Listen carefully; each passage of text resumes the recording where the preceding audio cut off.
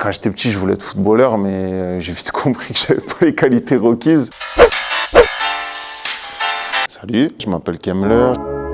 Tu sais bébé, je t'aime comme un but à la 90e. Mon corps imposé les sacs à dos pour faire les cages en 6e. Nos souvenirs sont aussi forts que ça. On fait que ça, se regarder c'est aussi chaud qu'un capot dans les virages qui crie un Forza. Je suis un jeune artiste, auteur-interprète marseillais. Je suis signé chez Island Def Jam depuis 1 an et j'ai sorti la première partie de mon album qui s'appelle Gris le 18 mai dernier.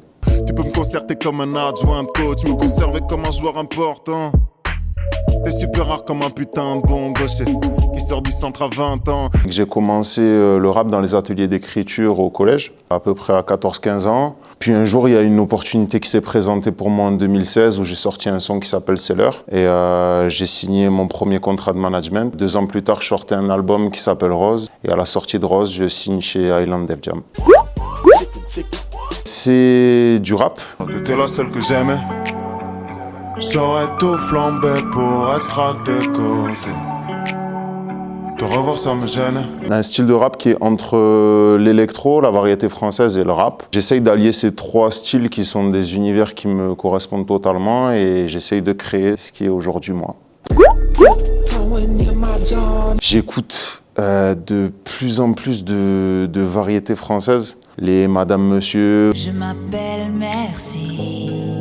J'écoute aussi beaucoup d'électro. J'adore des gars comme Oracles. J'écoute aussi beaucoup de rap parce que je viens de là. Je peux écouter des sons qui sont des années 90-2000 comme les derniers titres de gars comme Hamza, comme Damso, comme Nekfeu que j'aime bien. Orelsan aussi. Petit, tout va bien. Et j'essaye vraiment de m'imprégner de ça, quoi. Ça a été une évidence musicale parce que j'ai grandi dans ça. Comment tu fais le matin quand tu te réveilles seul? Tu sais quand t'entends pas que ton réveil sonne. Comment tu fais le soir quand t'as trop bu et que tu relis nos messages sur ton téléphone? Et ça a été une révélation quand j'ai commencé les ateliers d'écriture. C'est quelque chose où je voulais pas du tout aller en plus. J'y suis allé vraiment parce qu'il y avait rien à faire entre midi et 2 et que ce que mon collège proposait. Ça a été une révélation totale dès les premières lignes que j'ai commencé à écrire. Je me suis dit en fait je veux faire ça de ma vie. Ouais, j'étais pas parfait, tu l'étais pas non plus. Tu m'as trop pardonné, on a trop parlé de cul, on s'est trop parlé cru. La distance ça aide à tenir. Trop faire le dur, ça te plaît pas mais ça t'attire. J'avais des facilités en français. C'était bon, bien sûr avec le sport et la musique, les seuls cours qui m'intéressaient. Mais en vrai, j'avais pas l'intelligence de me dire « Ah putain, j'aime ça, faudrait que je teste quelque chose ». Non, en fait, c'est juste que c'est arrivé comme ça. Je me suis dit « Putain, mais c'est vraiment ce que j'aime faire ». Et je me suis dit « Si je fais pas ça de ma vie, ben, je vais être malheureux en fait ». Elle a changé parce que, un petit peu parce que je l'ai décidé. J'ai des ambitions importantes et je me donne les moyens de les avoir. Je vois beaucoup moins mes proches parce que je bosse énormément et je travaille à ma musique tous les jours. Mais à côté de ça, je suis resté la même personne et j'ai pas bougé à ce niveau-là, quoi. Honnêtement, j'ai toujours les mêmes défauts, j'essaye de les gommer, mais c'est compliqué. Aujourd'hui, ce qui est différent, c'est que je peux les raconter dans mes morceaux et c'est presque une thérapie au final. Je lui dirais franchement, patiente un petit peu, tu vas vivre des vrais trucs.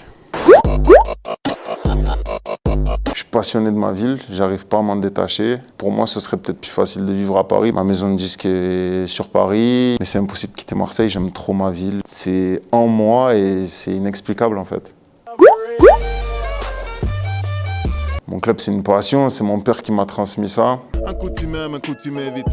Notre amour ne sert à rien comme la vie de Nabil Djelit. Je suis capable de faire une déclaration d'amour à un joueur et l'insulter 5 minutes plus tard. J'ai beaucoup de recul dans la musique et mon métier aujourd'hui. Aucun recul sur le foot. Passionné de foot, l'OM. Oui, si tu pars, tu reviendras un peu comme un dindon. Yeah. Mes rêves, y en a un qui devait se faire, entre guillemets, qui devait être démarrer une tournée. Là, avec le Covid, c'est un petit peu compliqué. Si on m'avait dit, ne serait-ce qu'il y a 5 ou 6 ans, qu'aujourd'hui je vivrais de la musique et que tous les jours je ferais de la musique et que quand je me lèverais le matin, c'est pour faire quelque chose que j'aime profondément, j'aurais signé dès demain, même pour 100 balles par mois, sans problème.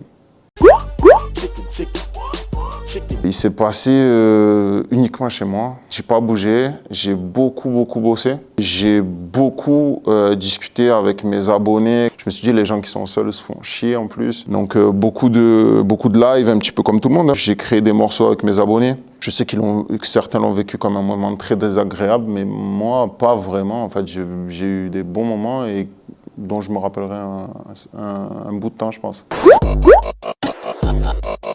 Quand j'étais petit, je voulais être footballeur, mais j'ai vite compris que j'avais pas les qualités requises.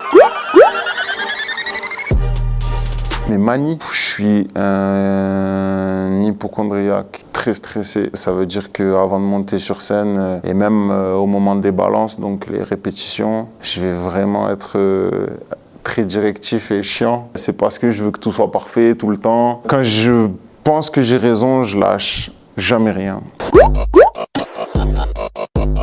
Capricorne.